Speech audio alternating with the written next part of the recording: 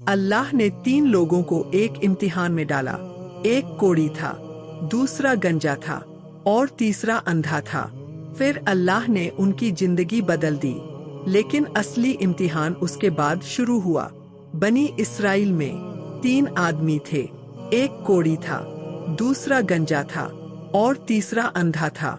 अल्लाह ताला ने उन तीनों को आजमाना चाहा, इसलिए उनके पास एक फरिश्ता भेजा। फरिश्ता पहले कोढ़ी के पास आया। उससे पूछा, तुम्हें सबसे ज्यादा क्या पसंद है? उसने कहा, अच्छा रंग, अच्छी त्वचा और यह बीमारी मुझसे दूर हो जाए जिसकी वजह से लोग मुझसे नफरत करते हैं। फरिश्ते ने उसे छुआ और अल्लाह के हुक्म से उसकी बीमारी दूर हो गई। उसका रंग भी अच्छा हो गया और त्वचा भी अच्छी हो गई। फिर फरिश्ते ने पूछा, तुम्हें सबसे ज्यादा कौन सा माल पसंद है? उसने कहा, ऊंट।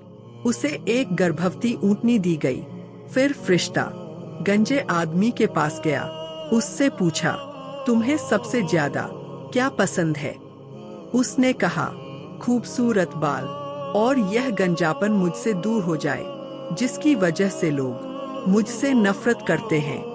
फरिश्ते ने उसे छुआ और अल्लाह के हुक्म से उसका गंजापन दूर हो गया। उसे खूबसूरत बाल मिल गए। फिर उसे उसकी पसंद का माल दिया गया। इसके बाद फरिश्ता अंधे आदमी के पास गया। उससे पूछा, तुम्हें सबसे ज्यादा क्या पसंद है? उसने कहा, अल्लाह मेरी आंखों की रोशनी लौटा दे ताकि मैं लोगों को देख सकूं। फरिश्ते ने उसे छुआ और अल्लाह ने उसकी आंखों की रोशनी वापस लौटा दी। फिर उसे उसकी पसंद का माल दिया गया। वक्त गुजरता गया। तीनों के पास बहुत सा माल हो गया। फिर वही फरिश्ता उन तीनों के पास उनकी पुरानी हालत में आया। सबसे पहले वह कोढ़ी के पास गया।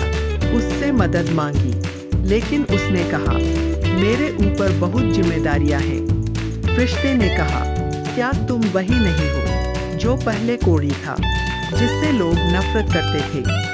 उसने कहा, नहीं, मुझे तो यह माल अपने बाप दादा से विरासत में मिला है। फिर फरिश्ता गंजे आदमी के पास गया। उसने भी अपने पुराने हाल से इनकार कर दिया। लेकिन जब फरिश्ता अंधे आदमी के पास पहुंचा, तो उसने कहा, मैं पहले अंधा था, फिर अल्लाह ने मेरी आंखों की रोशनी वापस लौटा दी।